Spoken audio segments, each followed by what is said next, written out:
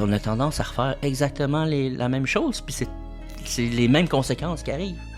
C'est qu'à chaque fois qu'ils appliquent la même recette de la répression, puis couper les voies démocratiques, qu'est-ce qui arrive? La violence. Puis des fois, la violence, j'ai l'impression que ça sert au gouvernement. Tu sais, après, ils se disent ils vont prendre l'aspect de la violence pour faire peur aux gens. Yes sir, what's up tout le monde? Bienvenue au What's Up Podcast. Ici votre animateur Jerry Alain. J'espère que ça va bien. J'espère que vous avez passé une magnifique semaine tout le monde.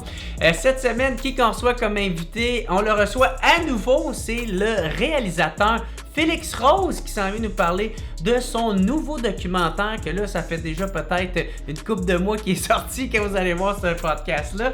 Mais c'est le documentaire La bataille de Saint-Léonard, un documentaire que je trouve tellement pertinent, tellement important d'écouter, parce que c'est en regardant les erreurs du passé qu'on peut mieux comprendre notre futur, qu'on peut mieux ne pas refaire ces erreurs-là. Fait que bref, encore une fois, gros merci à Félix Rose, c'est un super bon documentaire que je vous encourage tout le monde à aller écouter.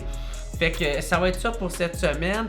Et juste avant que je vous laisse écouter le podcast, j'aimerais vous rappeler, vous dire un gros merci à mon commanditaire qui est procafetière.ca. Encore une fois, ils sont encore là. La période des fêtes s'en vient tout le monde. Si vous voulez faire des cadeaux, puis vous savez pas quoi acheter, tout le monde tripe sur le café. Fait que allez vous pogner, allez là-bas à Varennes, ça arrive sud de Montréal. Allez les voir à Varennes dans leur local. Achetez-vous une poche de café. Tout le monde est content de recevoir ça.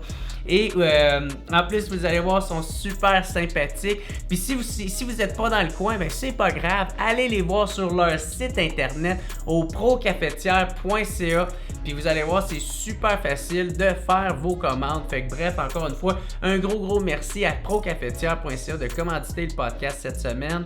Si vous voulez m'encourager moi, vous pouvez toujours vous abonner à mon Patreon au patreon.com/whatsuppodcast. En devenant membre, c'est pas cher, c'est 3-4 piastres, 4-5 piastres.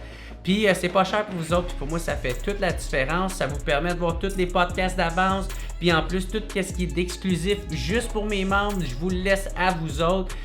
Et sinon, vous pouvez toujours vous abonner à ma chaîne YouTube si vous voulez m'encourager. Abonnez-vous à ma chaîne YouTube, cliquez sur abonner, laissez un petit pouce en l'air, écrivez un petit commentaire positif dans la section commentaires, ça va être super apprécié. Puis ça va m'aider avec les algorithmes. Fait que ça va être pas mal ça pour cette semaine. Fait qu'encore une fois, un gros merci à Félix Rose d'être venu sur le podcast. Gros merci à procafetière.ca. Et merci tout le monde d'écouter. On se revoit la semaine prochaine. Ciao!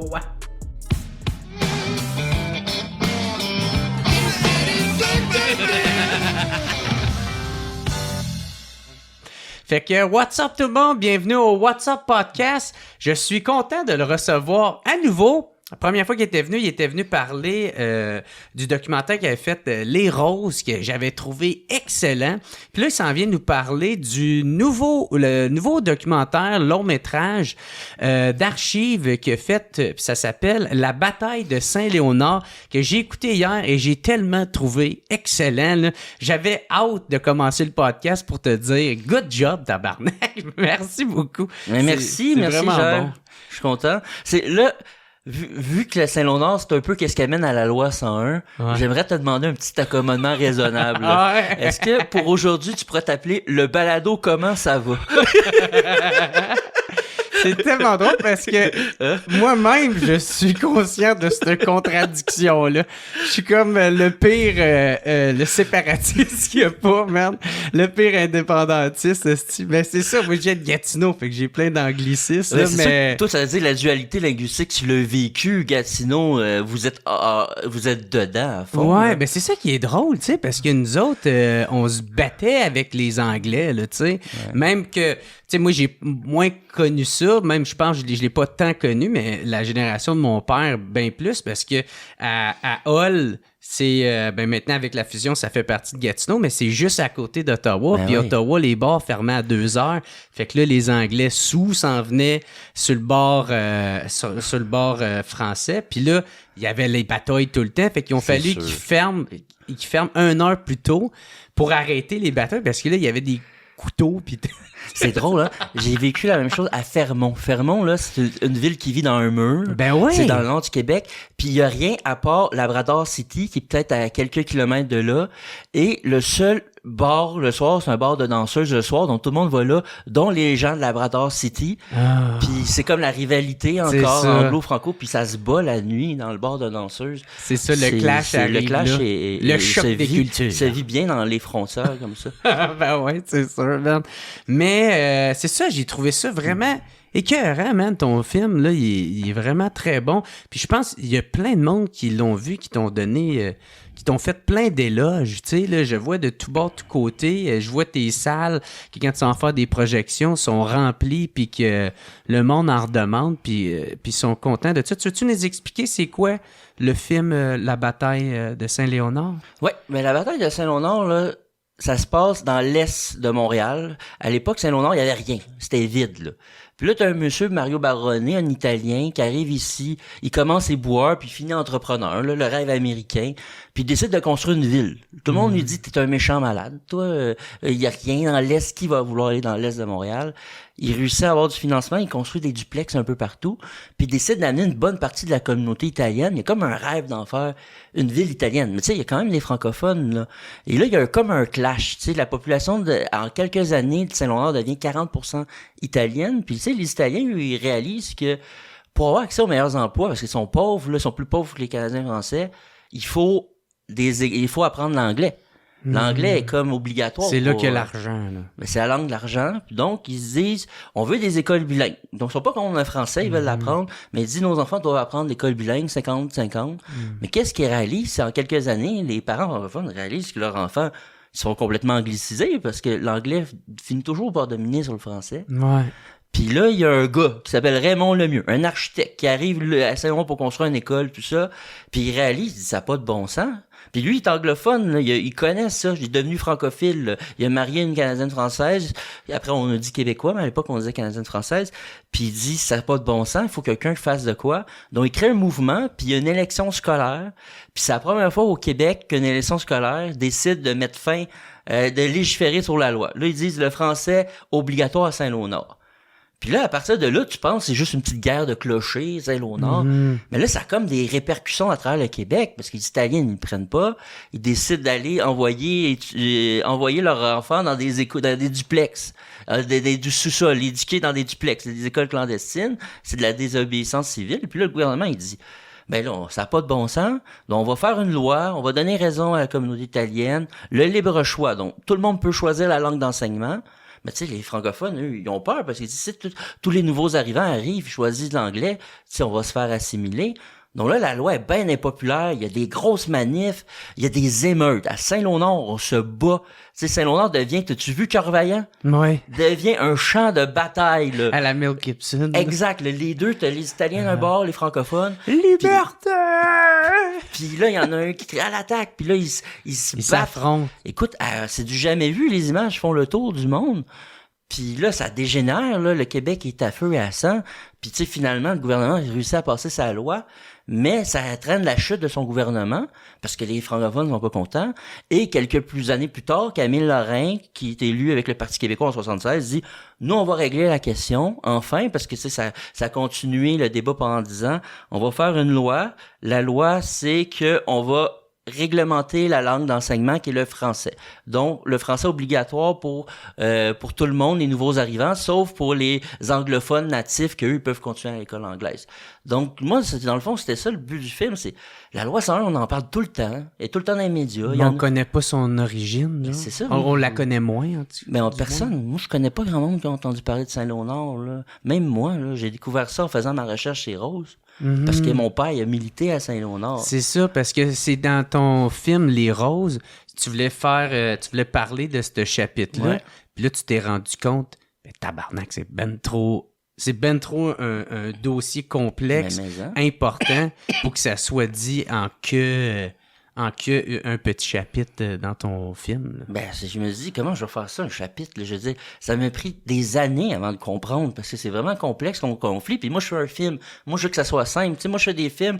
accessible, je veux que tout le monde puisse embarquer, tu sais, c'est comme il y a un combat là, c'est le mieux est baronné, ils s'affrontent, c'est les deux familles, tu vois comment les familles ont vécu, tu sais, les baronnés ils ont eu des attentats à la bombe, le mieux était menacé de mort, ça a eu ça a brisé aussi sa famille, donc je pense que les gens peuvent le regarder comme un film, un récit, mais en même temps apprendre des affaires. Puis moi j'essaie toujours de mélanger un peu les deux, puis pas que ça soit juste moi je veux pas remplir trop le monde de l'information dans le crâne, tu sais. Ouais. Je veux juste garder ça simple, puis c'est garder la ligne directrice. Parce que tu sais, les Américains, les Européens, ils sont tellement bons pour se mettre leur histoire en scène. Là. Tu regardes Les Misérables ou des adaptations de livres et tout ça, où tu sais, on connaît probablement plus l'histoire américaine parce qu'on a écouté Le Patriote avec Mel Gibson, une autre référence à Mel Gibson, qu'ici, parce que les films historiques, on en fait moins parce que c'est cher.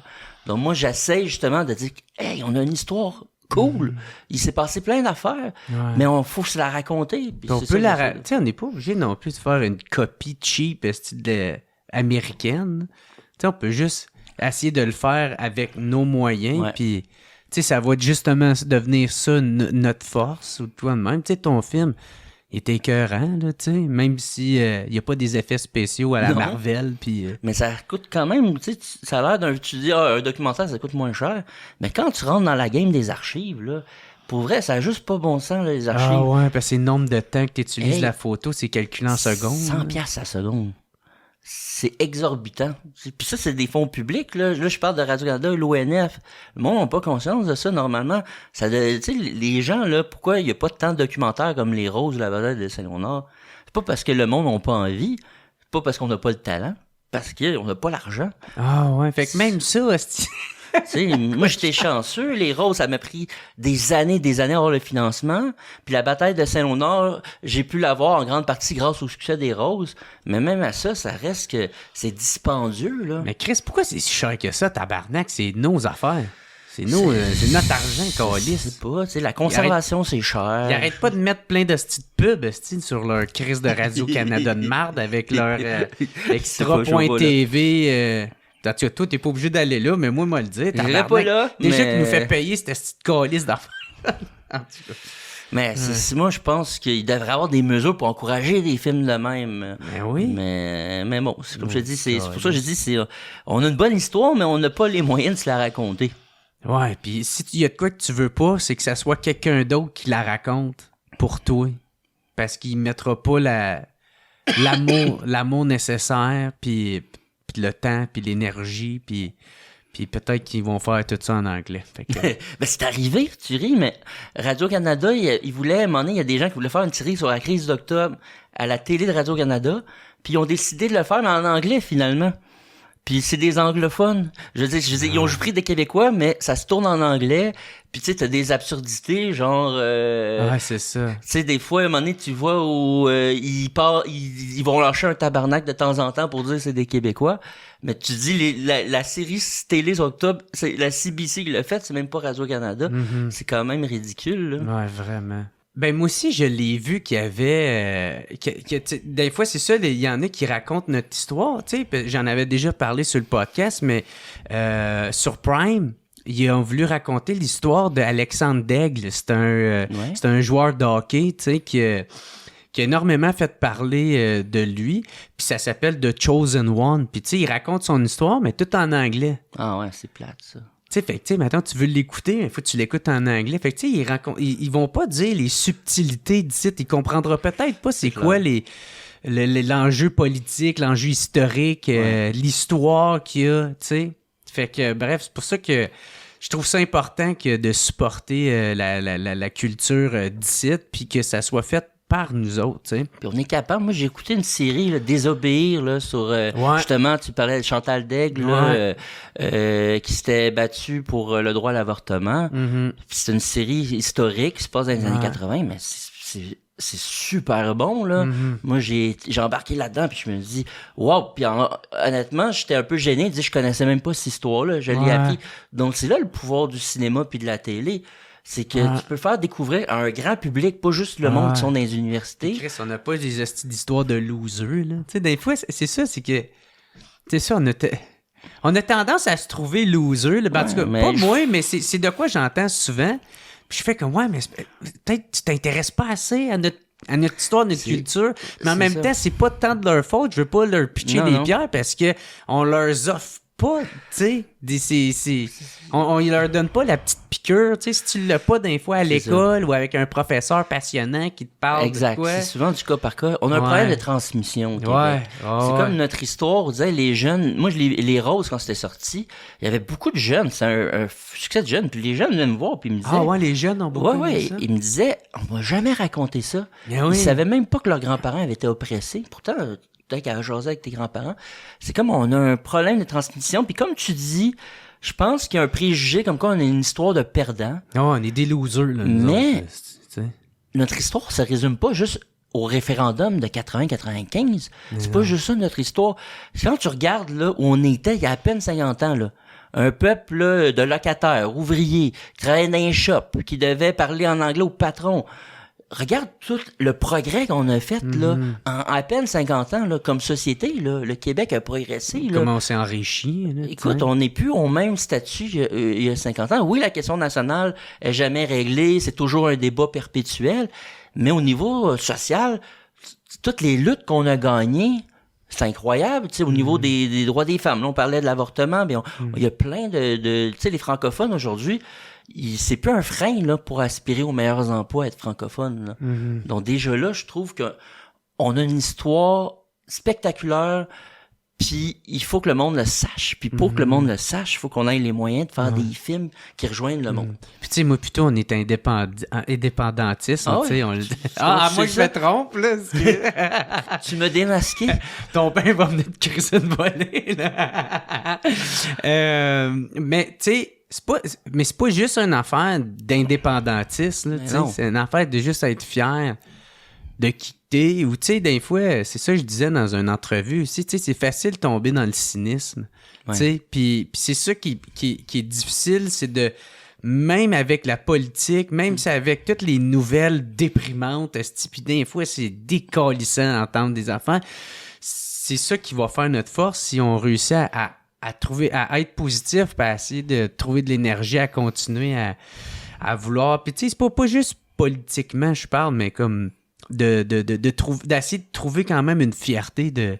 Tu sais, on est beau, on est capable d'accomplir des affaires, puis trouver du positif là-dedans, puis parce que sinon, on est condamné au cynisme, puis là, c'est sûr et certain que on va jamais avancer, on n'ira jamais loin. Là, mais non, mais moi je pense qu'il y a plein de raisons d'être fier d'être Québécois, puis on devrait être fier, puis la fierté, c'est aussi, ça se transmet. Tu sais.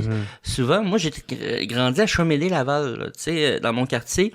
On n'était pas beaucoup de Québécois francophones. Moi, j'ai grandi avec des Maghrébins, des Grecs et tout ça. Et c'était des enfants de la loi 101, la langue était le français. Mais c'est sûr que la culture québécoise n'était pas valorisée parce que même les Québécois, beaucoup de Québécois aiment même pas leur propre culture. Puis après, on reproche souvent aux nouveaux arrivants, ils aiment pas la culture québécoise. Mais commencez par aimer la culture vous-même. Puis après, je veux dire, si c'est cool aimer la culture québécoise, les gens qui vont arriver, ils vont vouloir l'apprendre puis la découvrir. Mais ça part déjà, tu sais, ça faut que ça vienne des profs. Tu sais, moi, j'ai eu des profs qui l'avaient, puis j'ai eu des profs qui l'avaient pas. Moi, j'ai travaillé secondaire, je faisais de la suppléance. Puis tu sais, pendant les profs me demandaient de mettre genre Transformer 3 puis de Hobbit. Tu sais, je veux dire, ça aurait été une occasion, non, mettre des films québécois, là. Je te dis pas de mettre un film de Bernard Raymond en partant, là. Tu peux mettre la Florida, là, n'importe quoi, quelque chose que les jeunes vont aimer, mais juste avoir une connexion avec la culture québécoise, c'est déjà là, mais mettre des monologues d'Yvon Deschamps ou de Jean Alain, c'est ça, c'est ça qui manque, on dirait. Puis tu sais, c'est pas juste non plus, c'est pas d'aimer tout qu'est-ce qui se fait en Québec, là, tu sais, un Québécois. Tu sais, moi, il y a plein d'affaires que je trouve à chier, mais c'est correct, là, tu sais, mais il y a d'autres affaires que tu peux, tu sais, comme moi, le rap actuel, là, j'aime vraiment pas ça. Mais par exemple, t'es plus dogmatique, toi. Mais moi, Manu Militari, il me parle en tabarnak, tu sais. Puis je comprends que pour d'autres, Manu ne parlera pas là, à d'autres. Fait que tu sais, c'est essayer de trouver... Moi, qu'est-ce que je veux dire, c'est de trouver l'effort d'aller d'aller vers la culture québécoise, puis de trouver un petit quelque chose qui va nous parler. Tu sais, moi, comment ça fait si j'ai pas trippé avant sur Beau Dommage, tabarnak? Genre, j'ai découvert ça à 30 ans. J'avais trop tard. En tout cas, je veux pas trop qu'on parle de ça, mais je veux qu'on revienne à ton documentaire. Parce que ça te dit au début que moi, une affaire qui m'a marqué, c'est le fait que au début, les Italiens, ben, ils étaient un peu... ils étaient pauvres, tu sais. Ils étaient encore plus pauvres que les Québécois. Mais c'est ça, je trouve plate, c'est que on avait le même problème, tu sais, dans le fond. C'est ça qui est triste. Si maintenant, il y avait pu... Dans le fond, ça aurait pu quasiment former une alliance, là, italien puis québécois, de « Hey... » Mais c'est ça, peut-être. Mais c'est un peu André Lamy, qui était un des intervenants du film, là, qui était dans le mouvement de Raymond Lemieux. Il dit un peu ça. Il dit, c'est ça le problème, c'est souvent dans les classes sociales, mettons, les Italiens puis les Canadiens français se battaient entre eux pour les mêmes bouts de pain. T'sais. Ah, c'est ça. C'est comme... tandis que l'enjeu était beaucoup plus haut. Tu sais, t'avais l'impérialisme américain, t'avais une communauté anglophone dominante. Mais quand je dis communauté anglophone, tu sais, il y avait des anglophones qui étaient aussi pauvres. Là, t'avais les Irlandais, t'avais tout ça, mais malheureusement, il y avait tout pour s'entendre, la communauté italienne et les francophones. Ils partageaient les mêmes valeurs familiales, les valeurs catholiques. Puis moi, pour avoir parlé aux enfants baronnés, les personnages du film, les plus vieux, ils me disaient, nous, on s'entendait bien avec les Québécois, là. On jouait avec eux dans les rues. À la base, c'était pas mal ça. À la base, ça allait bien à Saint-Léonard, mais quand il y a eu le schisme par rapport à la langue d'enseignement, c'est là qu'il y a un point de rupture, puis quand ça allait déraper, les enfants plus jeunes, eux qui sont allés à l'école anglaise, ils disaient, non, on parlait pas aux francophones, là. Même on les aimait pas, puis les francophones nous aimaient pas. Le clash, il a commencé à se former. Mais il y a eu ça a créé un schisme à Saint-Léonard, dans la communauté italienne, là. Ça a créé une blessure, parce que l'affaire, c'est que le gouvernement de l'époque, là, a voulu régler ça trop vite. Puis en voulant régler ça trop vite, il a pas mesuré comment que ça pouvait déraper. Les francophones, ça a monté les francophones contre la communauté italienne. Parce que les francophones, c'est à cause d'eux qu'on va nous imposer une loi qu'on veut pas. Ouais. Puis là, ils sont devenus un peu bouc émissaires. Donc c'est sûr que eux, c'est une blessure qui est encore là pour des personnes encore plus âgées. Là. Puis c'est ça que tu dis aussi dans le film. Ben, en tout cas, c'est ça que tu montres avec les images puis avec le récit, c'est que, en tout cas, de la façon que c'est fait, moi, je l'ai vu comme étant non partisane. Tu sais, t'as vraiment été le plus objectif possible, puis pour que, justement, rendre justice aux deux histoires, les deux côtés. C'était important pour toi de faire ça de même? Mais je trouvais ça intéressant, parce que, mettons, avec les roses, je pouvais pas le faire. Tu sais, les roses, c'est important que ça soit ma subjectivité. Je parle de moi, puis tu sais, je vais pas raconter l'histoire de nom, je vais raconter la crise d'octobre, comment ça s'est vécu dans ma famille. Tandis que là, tu sais, vu que Saint-Léonard, je le vois comme une suite thématique aux roses, tu sais, il y a des thèmes que je reprends, dont les impacts sa famille, une famille de militants. Je trouvais ça intéressant de l'appliquer, mais à deux militants aux convictions différentes. Fait comme si tu avais fait partie des deux familles. Exact. Puis tu sais, moi j'ai empathisé avec les deux familles. Puis tu sais, évidemment, je partage les points de vue plus de la famille Lemieux que Baronnet. Mais le fait d'avoir créé une amitié avec Mauro Baronnet, qui est le fils de... Puis tu sais, il aurait pu me fermer la porte. Là. Je suis le fils de Paul Rose, fait le cul. C'est moi, je m'attendais à me faire accrocher au nez, mais ils ont été... Ah ouais, t'étais stressé quand t'as appelé? Ben, je l'appelle, puis je me suis dit...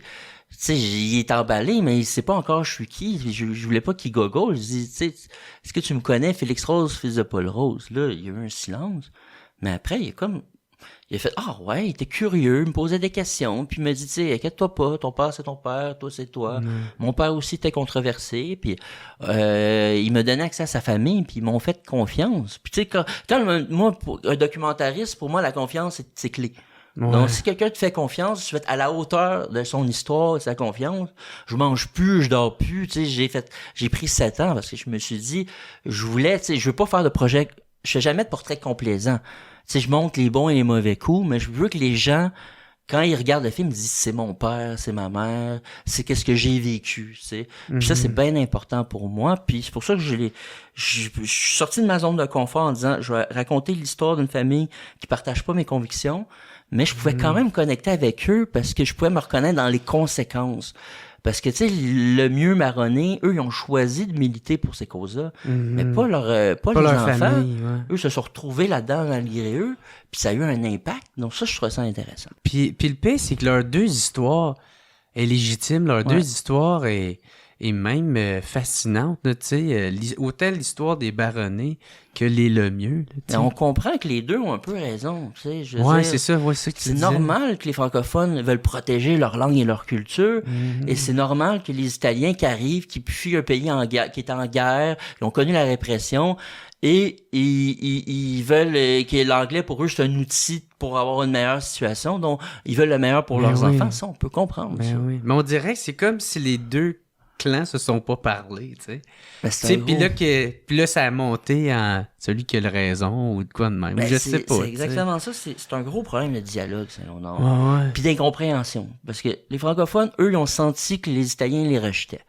Mais c'était pas un rejet en tant que tel, parce que, comme je te dis, les Italiens voulaient l'apprendre, le français, ils l'apprenaient. Eux, c'est l'école bilingue. Tu sais, pour eux, c'était une force à apprendre deux, trois langues. Qui est totalement C'est légitime ça. aussi, tu sais. Tandis que les Italiens, eux, comme je dis, ils arrivent dans un pays qui connaît la répression. On leur vend le Canada comme le rêve américain. Et là, ils pensent que tout va bien. Ils arrivent au Québec, puis on leur dit pas que ça parle français. Ils savent pas qu'on a une histoire d'oppression, d'occupation avec les Anglais et tout ça. Ils sont garochés dans le Québec en pleine ébullition. Ils comprennent pas exactement qu'est-ce qui se passe. Puis là, on leur dit, on va vous enlever un droit acquis. Parce que c'était un droit acquis à l'époque, la langue d'enseignement. Tu pouvais choisir la langue d'enseignement de tes enfants. Là, on leur dit, là ils ont perçu ça. Ils veulent nous envoyer, nous enlever nos droits en connaissant pas toute la réalité québécoise. Donc, qui est normal aussi d'un point de vue, tu sais. Donc, c'est une grosse incompréhension qui a dérapé parce que le gouvernement en place, il a mal compris, puis il a mis de l'huile sur le feu. Tu sais. Ça ressemblait à quoi le traitement des francophones avant Saint-Léonard, là, avant que tout ça arrive? Tu sais, parce que je trouve que c'est ça justement, que ça, on comprend encore plus pourquoi que les Français, les francophones ont voulu se battre de même, puis étaient soudés, puis qu'ils voulaient que... Parce qu'ils venaient des usines, tu sais, là, avec le patron anglophone qui les regarde comme un sous-peuple, tu sais. Ouais. Fait que c'était quoi? Comment qu'ils étaient traités, les Français, avant ça? Mais les francophones, tu sais, je veux dire, il y avait une petite bourgeoisie canadienne-française, mais une grande partie des francophones, à Montréal, il y avait beaucoup d'ouvriers, dont issus ma famille. Moi, c'est 4 générations d'ouvriers qui ont travaillé à la Red Pat Sugar. Puis la Red Pat Sugar, c'est des patrons anglophones. Moi, mes ancêtres, mon grand-père était obligé de parler en anglais au patron. C'était des salaires de misère. Il travaillait dans des usines de sucre qui avaient rien pour la santé. Il mourait très jeune du diabète. Donc, c'était pas des bonnes conditions de travail. Comment ça? Il mourait jeune du diabète? À force force de respirer dans le respirer. sucre, les vapeurs de sucre. À force de respirer du Écoute, sucre? ils passaient leur vie là-dedans. Tu sais, mon grand-père, ça a l'air on m'avait raconté, là, je le raconte dans les roses, Jacques, un moment donné, les gars, quand un bateau arrivait au canal de la Chine, il était brûlé. Un moment donné, il y a un gars qui s'est endormi, puis il y a un rat qui a mangé l'oreille, il s'est même pas réveillé. C'était des conditions de travail épouvantables, tu sais. Puis c'était, là je parle à Montréal, mais sinon du côté de ma mère, famille d'agriculteurs, tu sais, ça aussi c'était difficile. Donc les Canadiens français étaient pas dans une bonne posture parce que ils étaient majoritaires en termes de nom au Québec, mais ils étaient dans ils étaient dans les plus pauvres. Tu sais, on a juste dit l'université, on avait plus d'universités anglophones que francophones, mais on avait bien plus de francophones. Donc, il y avait des injustices, puis il y a des gens comme Raymond Lemieux, comme mon père, que ils sont réveillés, puis on dit, mais ça n'a pas de bon sens. Il faut faire de quoi?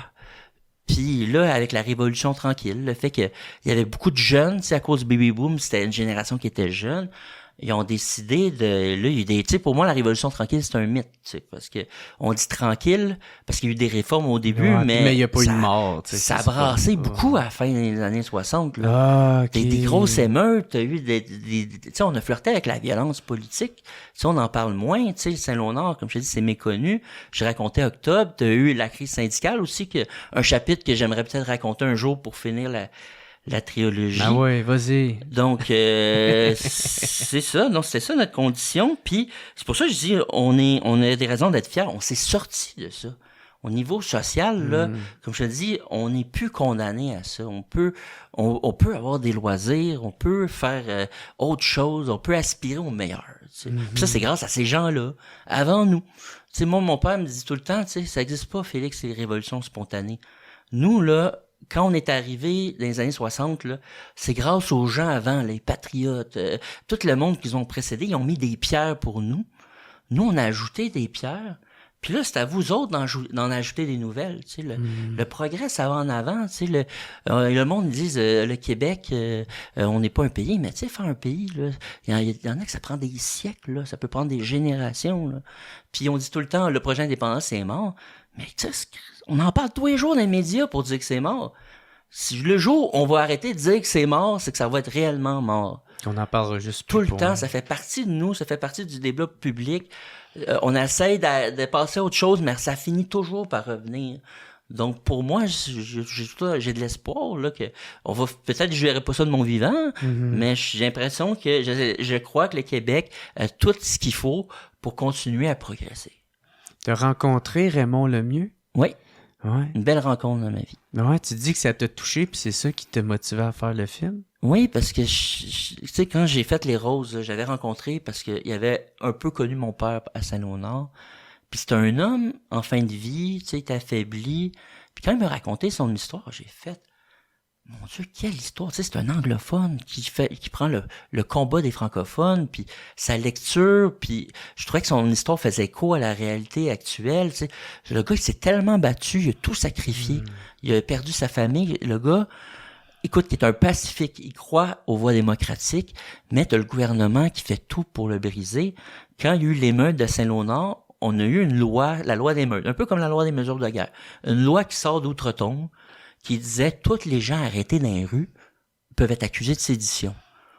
Sédition, c'est vouloir renverser le gouvernement, là. On accuse ce gars-là de vouloir renverser le gouvernement. Là, ça l'a brisé. Il a perdu son emploi, il a brisé financièrement. Ça a eu des impacts sur lui. Il s'en est jamais vraiment remis. Donc, tu te dis, c'est lui qui a tout sacrifié pour une cause. Puis, il est complètement oublié. Personne ne se souvient de lui. Parce qu'à un moment donné, il s'est retiré. Il faisait la première page quasiment tous les jours. Mais à un moment donné, après son procès de décision, il s'est complètement retiré. Puis, vu qu'on a un problème de transmission, sa mémoire s'est tranquillement effacée. Puis, quand j'ai fait mon entrevue avec lui, quelques mois avant son décès, il est décédé. Puis pas un média en a parlé. Non. Personne ne souligne. C'est triste. Hein? Mais c'est triste. Donc ça m'avait beaucoup ému. Puis le gars, il a sacrifié sa vie. C'est ça. Puis ça, je trouve, il y a tellement de gens comme ça qui ont tout sacrifié, puis qui ont rien eu en retour. Je me dis. Puis on fait pas ça pour ça, mais. Non. Donc je trouvais qu'il. Ce gars-là, son histoire méritait d'être racontée parce que c'est tellement comme ça amène c'est chaînant en manquant. C'est qu'on connaît tellement pas cet épisode-là, mais on est dans les mêmes débats aujourd'hui par rapport à l'immigration, par rapport à la langue, par rapport à l'intégration, le vivre ensemble. Ouais. Donc, je trouvais que cet épisode-là, ça éclaire, en éclairant le passé, ça nous donne des pistes de réflexion pour aujourd'hui. Ben oui. Mais c'est ça, justement, parce que tu dis, il faut apprendre des erreurs du passé pour en tirer des leçons, tu sais. Aujourd'hui, on a-tu tiré des leçons de tout ça, de toute cette histoire-là? Tu sais, comme je te dis, ça a été positif parce que ça a amené la loi 101, puis je pense que la loi 101, ça a amené un cadre. Même des gens de la communauté alienne qui se sont battus contre ont reconnu que ça a amené un certain paix linguistique parce que le manque de clarté, c'est un flou juridique, la langue d'enseignement. Au moins, ça a amené quelque chose de clair.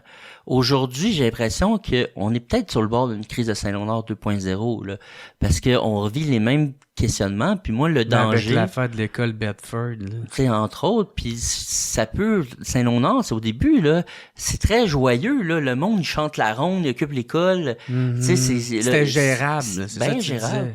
Mais il y a eu une escalade de la violence, puis ça, on n'est jamais appris de ça. Puis je pense que c'est ça la leçon de Saint-Léonard, quand on dit de pas prendre des décisions trop vite, de dialoguer aussi, et peut-être de rendre les trucs clairs. Le manque de clarté aussi, c'est des trucs qui peuvent se corriger. Ouais, de dire les choses. Mais c'est ça. Parce que je pense que c'est les leçons qu'on peut tirer du film, parce que moi, je suis pas un politicien. Si j'avais les solutions à tout le problème linguistique actuel, je serais probablement à Québec là, ou à Ottawa, mais je les ai pas. Moi, je suis documentariste, donc j'essaie avec mes films, j'essaie d'éclairer des histoires du passé pour amener des piste de réflexion aujourd'hui. C'est ça, si on peut parler maintenant du début, c'est ça, tu dis que au début, c'était gérable. Ouais. Fait que c'était juste des manifs pacifiques, puis là, ils se Ouais. répondaient dans les journaux, j'imagine. Exact, c'était très gérable. Je te disais que l'élément déclencheur, là, c'est que tu avais un premier ministre qui jouait un peu, qui était entre la chèvre et le chou, qui s'arrangeait pour pas mettre de l'huile sur le feu. Okay? Daniel Johnson. Tu sais, qui était quand même un bon premier ministre. Tu sais, c'est lui qui a amené De Gaulle au Québec. Et il y avait une vision nationaliste où il gérait le Québec comme un État. Et c'est sûr que on avait l'impression qu'il serait allé un peu du bord de légiférer, parce qu'il avait, la veille, il est mort subitement, la veille de sa mort, il disait qu'il allait légiférer, puis qu'il y avait peut-être des solutions pour Saint-Léonard. Il meurt subitement. Ben oui, esti, man. Puis là, c'est là que ça prend une tournure tragique, c'est que son remplaçant, lui, qui est lui, c'est vraiment fédéraliste. Lui, il voit plus le Québec comme une province, c'est pas la même conception de Johnson. Lui, il est très libre choix. Pour lui, on devrait pas légiférer, et il décide de régler ça vite. Lui, il aime pas les choses qui traînent, puis il y a une certaine pression là, du milieu des affaires anglophone à rue Saint-Jacques pour régler la question. Donc il dit, je vais régler ça vite, puis c'est là que le Québec est à feu à sang, parce que là, les gens, son projet de loi est tellement impopulaire que les gens se sentent trahis par leur gouvernement, puis c'est ça qui mène, ça tue l'Union nationale. L'Union nationale s'est jamais remis de ça. Et ça, la chute de l'Union nationale a permis l'émergence du Parti québécois. Grâce à la mort de l'Union nationale, le Parti québécois il a pu sortir son épingle de jeu et 6 ans plus tard, devenir le gouvernement des Québécois. C'est où que ça a commencé à dégénérer? Ça a dégénéré, là, comme je dis, quand il a sorti son Bill 63, là, Ouais. là, il y a eu, mais avant, je te dirais avant, quand il est arrivé, il y a eu McGill français. McGill français, c'est une grande marche, comme je te disais tantôt, plus d'universités anglophones que francophones. Il y avait une volonté de franciser McGill. Puis là, la répression policière, je te dirais que c'est là qu'on la sent dans le film. Les policiers étaient là, vraiment, ils ont fait peur aux manifestants. Il était 15 000, c'était le record à l'époque, là, depuis la Deuxième Guerre mondiale, là. Il était 15 000, puis là, tu vois les rangées là, de l'escouade anti-émeute. La pression, elle a commencé là. On a commencé vraiment à foncer sur les manifestants, à les tabasser. Je te dirais que dans le film, c'est un moment pivot où là, la violence arrive. Puis c'est ça que tu as découvert aussi dans les archives, en regardant ça? Exact. Puis tu sais, tu te souviens de 2012, c'est plus récent, on est contemporain de ça. C'est un peu comme 2012. Tu sais, 2012, là, moi, je suis allé au premier manif étudiante, c'était assez sympathique, là. C'était avait l'air d'un gros party, là. Puis là, t'avais un gouvernement qui était baveux, Jean Charest, qui refusait parler aux étudiants. Il voulait pas leur parler. Puis à un moment donné, il a dit, là, on va arrêter ça là, on va faire une loi anti-manifestation. Ouais. C'est un peu ça qui est arrivé là au Québec de la fin des années 60. Mais là, les jeunes disent, mais là, les voies de communication sont plus là. C'est là que c'est devenu violent. C'est là qu'il y a eu les émeutes de nuit. Il y a eu Victoriaville. Ouais, okay. Donc, c'est tout le temps, c'est ce genre d'erreur-là que les gouvernements doivent pas faire. Ils doivent pas couper les canaux de communication avec la population, puis avec les jeunes en plus. Mais c'est ça que Jean-Jacques Bertrand avait fait. Comme je te dis, il y avait eu une loi anti-manifestation qui a fait que mon père a rejoint la crise d'octobre.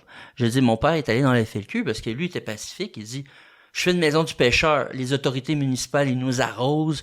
Ils font tout pour mettre fin à nos discussions politiques. Ils nous briment. Je vais dans la rue, t'as les policiers qui nous attaquent, puis là, on nous enlève le droit de manifester, sauf pour la Coupe Grey. Mais là, tout qu'est-ce qui nous reste? Là, ces gens-là, ils croyaient pas à la démocratie. Raymond Lemieux, qui croit à la démocratie, on l'accuse de sédition. Donc là, ils disent le gouvernement sera jamais de bonne foi, donc se sont radicalisés, puis ils ont rejoint la FLQ, comme mon père, des gens comme mon père. Puis c'est ça qui est fou, parce que c'est toutes des revendications ou des... Puis là, en t'écoutant parler, des erreurs qui se refont, tu sais. C'est les mêmes revendications, les mêmes erreurs des gouvernements. C'est pour ça que l'histoire est importante. C'est pour pas faire les mêmes erreurs, faut en faire des nouvelles, pas les mêmes. Donc puis apprendre de ça. Puis apprendre de ça. Ouais. Mais là, le fait qu'on oublie ces chapitres-là, on a tendance à refaire exactement la même chose, puis c'est les mêmes conséquences qui arrivent. C'est qu'à chaque fois qu'ils appliquent la même recette de la répression, puis couper les voies démocratiques, qu'est-ce qui arrive? La violence. Puis des fois, la violence, j'ai l'impression que ça sert au gouvernement. Tu sais, après, ils se disent, ils vont prendre l'aspect de la violence pour faire peur aux gens. Ouais, ils vont jouer sur l'enjeu de la sécurité et de la peur. Ça pour devient un pouvoir peu mettre plus de restrictions. cynique puis machiavélique. Là. Ils se servent de ça comme un outil. Là. La violence peut servir à des gouvernements aussi. Fait que c'est là que c'est dangereux. Parce que c'est ça, Raymond, il voulait pas embarquer. Il voulait rester politique, lui. Ce cas-là, pacifique, je veux dire. On l'a présenté comme un radical, mais aujourd'hui, sa position est très normalisée. Lui, tout ce qu'il voulait, c'est que les jeunes puissent aller à l'école française pour tous. C'est ça qu'il voulait. Puis être maître de leur destinée. Mais là, à l'époque, là, on l'a présenté comme un radical, puis c'est pas normal qu'on ait tout fait. C'était devenu dangereux politiquement, pas dangereux, comme je te dis. Il a jamais antagonisé la communauté italienne. T'sais, au contraire, là, il voulait discuter avec eux, il voulait échanger avec eux. Il croyait profondément à la démocratie, mais la démocratie le desservit dans mesure que si les gens qui sont au pouvoir sont pas de bonne foi, puis décident d'utiliser des mesures répressives, est-ce qu'on est encore vraiment dans une démocratie? Pour moi, à la fin des années 60, on n'était plus dans une grosse démocratie. Si on enlève les droits et les libertés, quand il y a eu la loi des mesures de guerre, là, on n'était plus dans une démocratie. Là. La police pouvait débarquer chez vous juste parce qu'il était indépendantiste. Donc, c'est pour ça que c'est important de rappeler ça, parce qu'on pense que ça peut plus arriver. On pense que c'est terminé.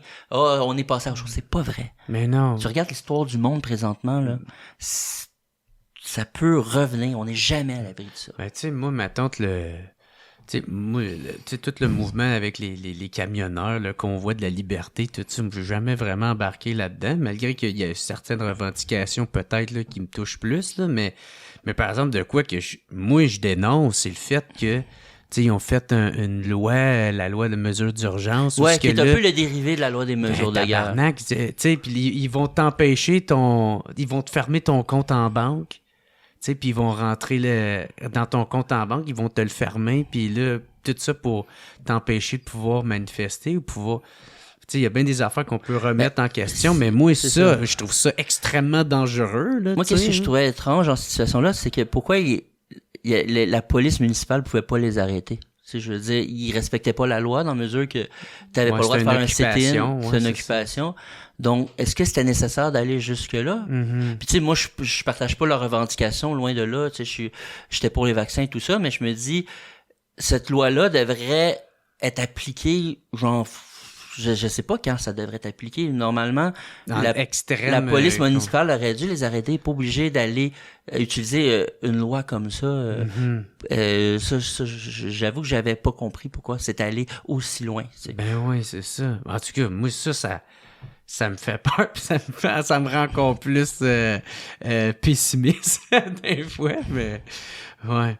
Mais c'est ça aussi, c'est ça qui est fou, tu sais, tout à l'heure j'en parlais, c'est les mêmes revendications, tu sais, on en parle encore aujourd'hui de ça, tu sais, de pouvoir, puis on voit le déclin du français, à quel point il continue de descendre malgré qu'est-ce qui a été fait que c'est vrai que ça fait peur qu'il y ait un Saint-Léonard 2.0, la bataille de Saint-Léonard. Parce que la loi 101 n'a pas tout réglé. Elle a freiné l'anglicisation de Montréal. Ça a été démonté aussi. On lui a enlevé des dents dans les années 80. Donc, elle a freiné, mais c'est sûr que ça n'a pas stoppé le phénomène qui s'amplifie parce qu'à l'époque, on n'avait pas l'Internet et tout ça, où là, l'anglais est encore plus accessible. Puis tu sais, moi, je suis pas contre le bilinguisme. Je suis moi-même bilingue, j'écoute des séries en anglais.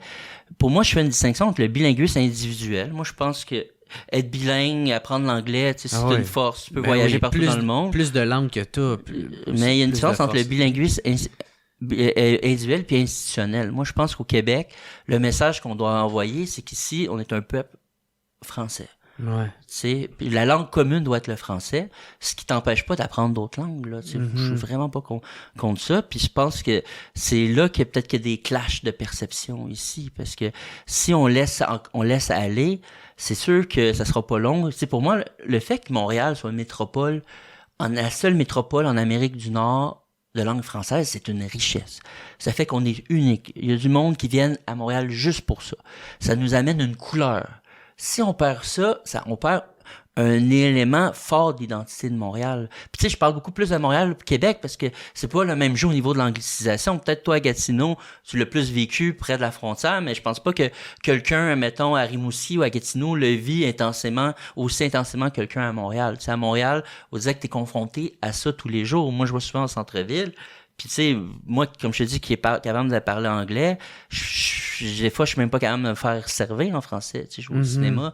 Puis tu sais, c'est là que je trouve que c'est pas normal. Tu sais, il y a de quoi qui doit être fait, là. C'est pas normal. Il y a une tendance qui doit être renversée. C'est ça. Puis tu sais, le bilinguisme, il faut que ça aille dans les deux bords. La majorité des francophones de Montréal, ils parlent l'anglais. Ça devrait être la même chose pour les anglophones. Je pense que le bilinguisme individuel, ça devrait être ça devrait pas être juste les francophones, tu sais. Parce que quand on parle plus du bilinguisme pour les francophones, on en parle rarement du bilinguisme pour les anglophones. Individuel. Là, tout à l'heure, tu as parlé justement de l'émeute. Puis ça, c'est pour comprendre l'intensité de cette émeute-là. Elle avait quelle intensité, justement? Tu sais, comment que ça s'est passé? Comment tu as perçu ça à travers les archives? Ben, tu sais, comme je dis, c'était cœur vaillant, hein. C'est vraiment, pour moi, c'était vraiment le moment où la marmite a débordé. Tu sais, je pense que les gens étaient écœurés. Le débat, ça faisait 1 an que c'était sa place publique. Puis que les gens étaient juste profondément écœurés à Saint-Léonard. Puis c'était quoi le contexte, justement? Mais parce que les francophones, le mouvement de Raymond Lemieux avait annoncé qu'il ferait une manifestation à Saint-Léonard. Mais le gouvernement, comme je te dis, avait interdit la manifestation, mais ils ont dit, nous, on va y aller quand même. Et il y a des gens de la communauté, peut-être qu'il y a eu des rumeurs dans les journaux, je sais pas, il y a des gens de la communauté italienne ont perçu ou ont entendu comme quoi qu'elle allait se faire attaquer chez eux par des francophones. C'était pas le cas.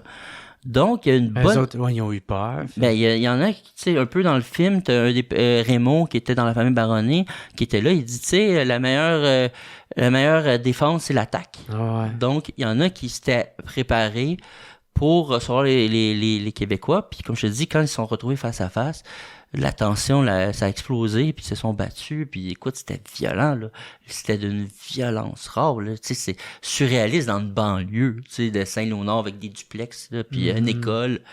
Mais pour moi, c'est le même que je l'ai interprété, puis c'est ça, c'était l'écœurant titre. Il y avait combien de monde là, dans cette manif-là? Écoute, on parle plus de 1000 personnes. Là. 1000 personnes qui se tapent sur la gueule? Ah oui, les images, là, c'est impressionnant. C'est des images que j'ai retrouvées, tu sais, j'ai fouillé.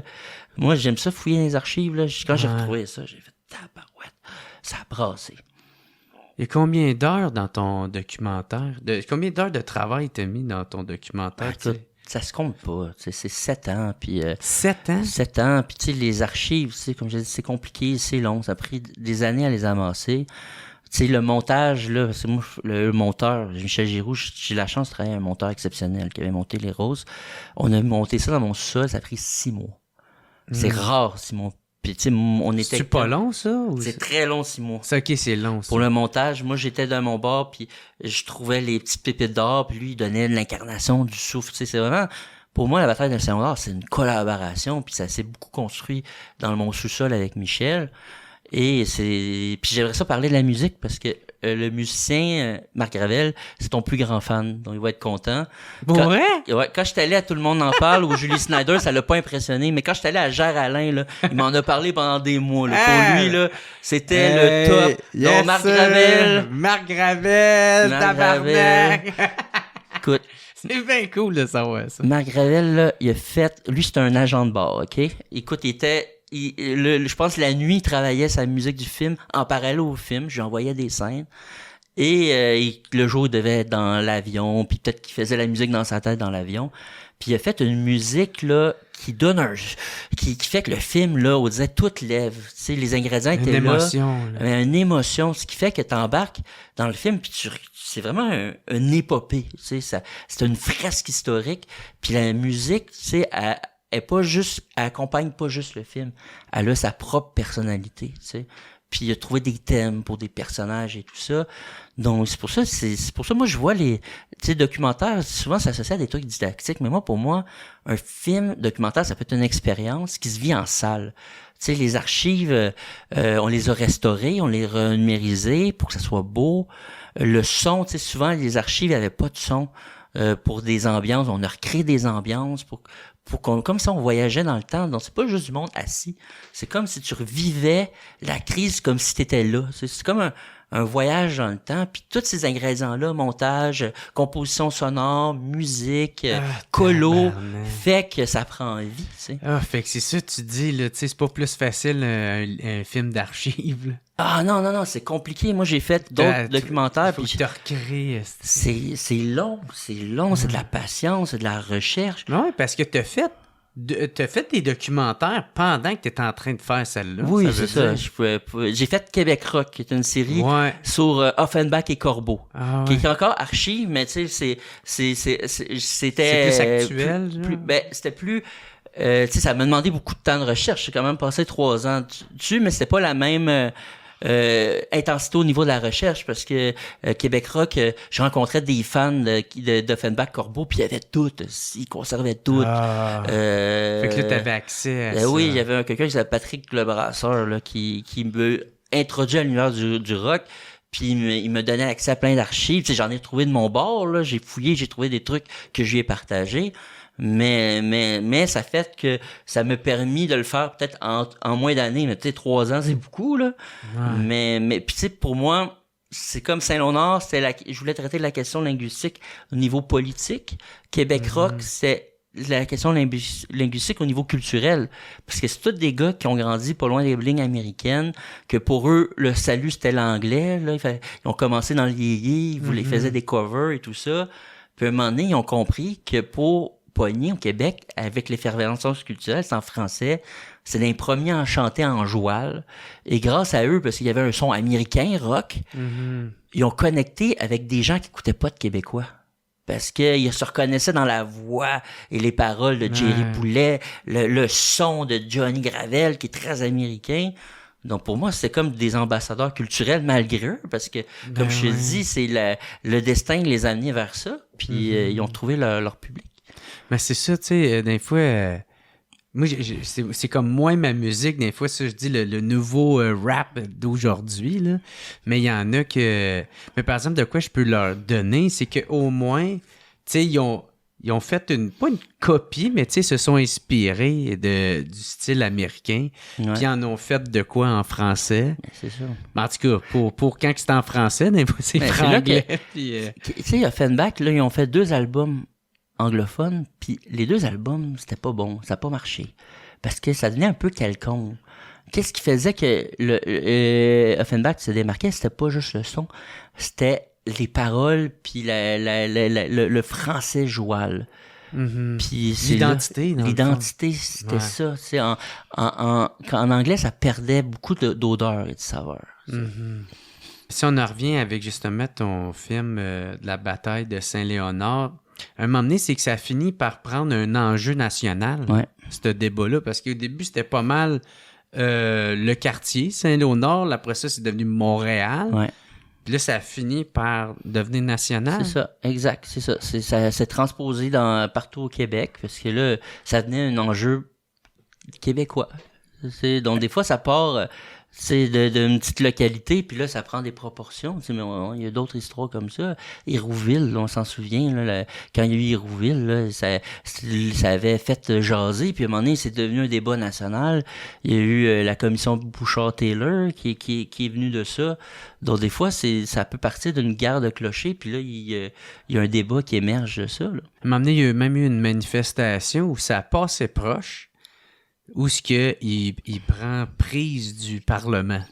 Mais oui, c'est comme le Capitole aux États-Unis. Quand le monde est rentré, une autre raison pour dire à quel point Raymond Lemieux, c'était profondément pacifique, c'est que c'est lui qui a arrêté ça. Il y a des gens qui étaient tellement... Parce qu'à l'intérieur, tu avais le gouvernement Bertrand qui était en train de voter pour le Bill 63, là. Puis eux, ils avaient peur, là. Ils étaient quasiment embarrés dans le Parlement parce que le monde était fâché dehors. Puis il y a du monde qui ont essayé de rentrer... qui disait c'est le grand soir ce soir, puis c'est Raymond Lemieux qui était déjà accusé de sédition, qui aurait pas dû être là, mais qui s'est mis à risque pour y être, qui a empêché le monde d'y aller. Puis ce gars-là, on l'accuse de vouloir renverser le gouvernement. Il faut le faire. C'est ça, quand il faisait le contraire de ce qu'on l'accuse. Ben non, c'est ça. Puis, c'est ça, on peut en parler de ça, parce que t'en as parlé justement, mais on voulait le faire taire, lui. Ben, on voulait le museler. C'est comme, il avait pris, tu sais, c'était devenu une figure nationale. Il prenait beaucoup la parole. Le monde commençait à l'écouter, puis à le respecter. Puis le procès pour sédition, c'est une des règles. Un des règles, c'est quand t'es en attente de procès, t'as pas le droit de te prononcer publiquement. Ah, fait que c'est le même qu'ils font fermer la gueule. Il l'a fait quand même. Ouais. Il a pris le risque quand même, tu sais. Parce que pour lui, c'était important, là, la bataille du français. C'était quoi qui risquait? Mais la prison à vie. C'est la prison à vie. Mais oui, c'était grave, là. Avoir été reconnu coupable, là, c'est un des pires crimes, là. Comme Louis Riel, là. Je veux dire, c'est fou tout le poids qu'on a mis sur le dos de cet homme-là. Puis il a sacrifié sa famille, quasiment. Mais à un moment donné, tu sais, t'es plus à la maison. C'est l'énergie, ça l'a bouffé toute son énergie. Il pouvait plus travailler. Donc, c'est sûr qu'il y a eu des conséquences sur sa vie privée. Mm-hmm. Donc, tu sais, son legs au niveau du Québec est énorme. Parce que, comme je te dis, il a permis, avec son mouvement, une conscientisation par rapport à la langue. Mais son sacrifice personnel aussi est énorme, tu sais. Mm-hmm. Tu sais, je veux dire, il y a eu une vie quand même après, il a fait un nom de famille, une autre fille, mais c'est sûr qu'il n'a jamais pu s'en remettre totalement, tu sais, donc c'est ça. Ah ouais, ça a même coûté son mariage, c'est ça, parce que c'est ça, là, sa femme, on le voit dans le Mais c'est ça, t'es plus à la maison. Ouais, elle divorce. Ah, c'est fou, pareil, puis il est mort dans l'ombre. Mort dans l'ombre, puis tu sais, je suis content que le film contribue à lui donner un peu de lumière, là. Ouais.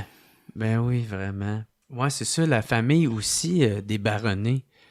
Lui aussi, il a sacrifié gros là, pour pouvoir mettre amener ses idées puis sa vision du Québec.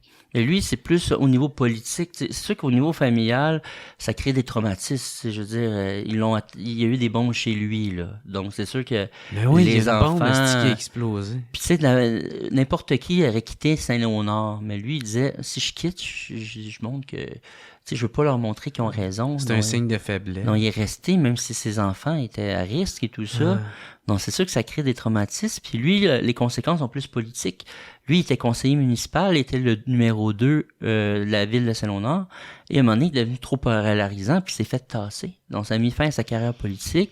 Mais il s'est quand même remis, tu sais, il a continué à construire des immeubles à Saint-Léonard et tout ça. Mm-hmm. Je veux dire, tu sais, les conséquences sont quand même moins grandes que Raymond Lemieux, mettons, tu sais.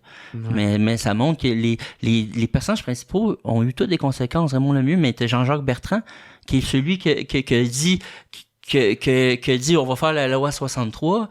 Il était oublié de l'imaginaire collectif et lui, ça lui a coûté sa carrière. Écoute, il est resté. Écoute, il s'est fait désavouer par son propre parti. Il est resté député, une course à chefferie. Et celui qui a gagné a dit c'est fini le Bill 63. Nous, on est rendu compte. Donc, il s'est fait désavouer par son parti.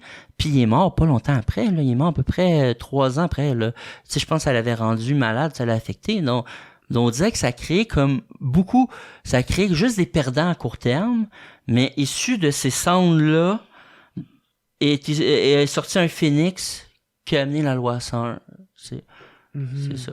Parce que le débat a repris en 74 parce que le gouvernement Bourassa a dit nous on veut régler ça. Il a fait une loi impopulaire aussi, la loi 22, qui reconnaissait que le français était une langue officielle, mais qui disait dans le fond, on va faire des tests linguistiques aux nouveaux arrivants pour savoir s'ils sont plus à l'aise avec l'anglais et le français pour choisir où ils vont aller, mais il y avait beaucoup de nouveaux arrivants qui trichaient d'un test pour l'école anglaise. Donc ça aussi, ça a été impopulaire, ça a relancé la crise linguistique et ça a amené, entre autres, à l'élection du PQ en 1976 et à la loi 101. Donc moi, dans le fond, c'est comme... tout ça est ressorti des cendres de Saint-Léonard, tu sais. Donc c'est pour ça que je voulais raconter ça.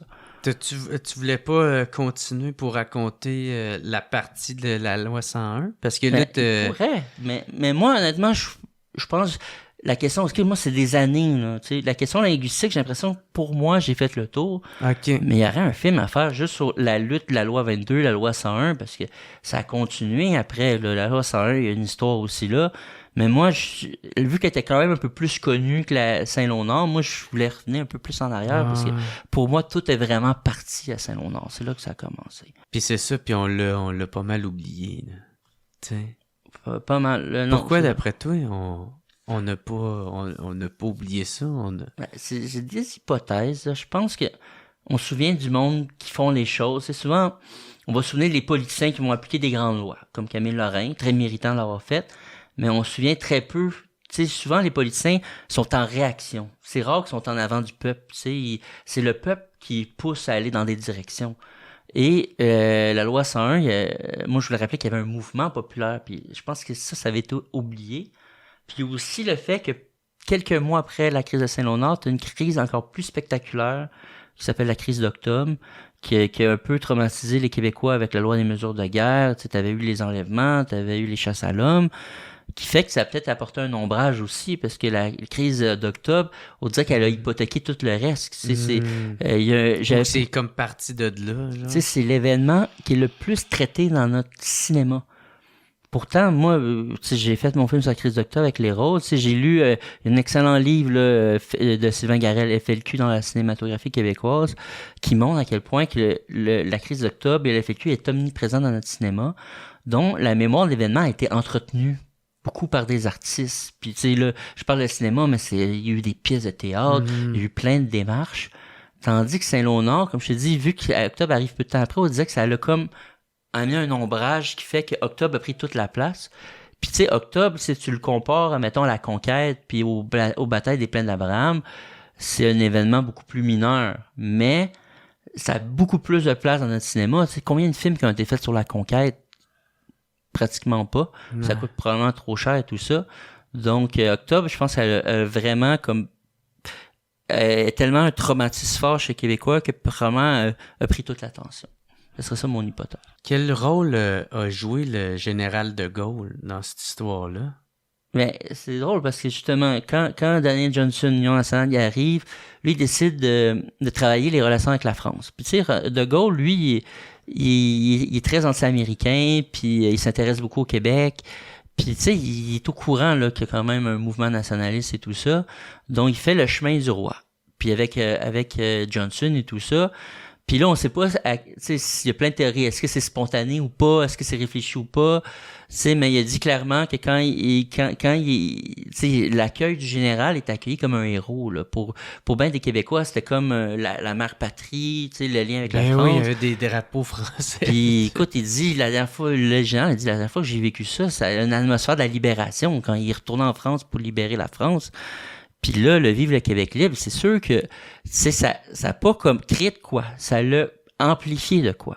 C'est le mouvement nationaliste d'effervescence des Québécois était déjà là. C'est comme ça l'avait légitimé. Mais c'est ça. Donc là, le fait que De Gaulle le dise, je pense, ça a donné du carburant au mouvement linguistique, au mouvement nationaliste, et te baronner qu'il y a une bonne réplique dans le film qui dit il aurait jamais dû venir au Québec, lui.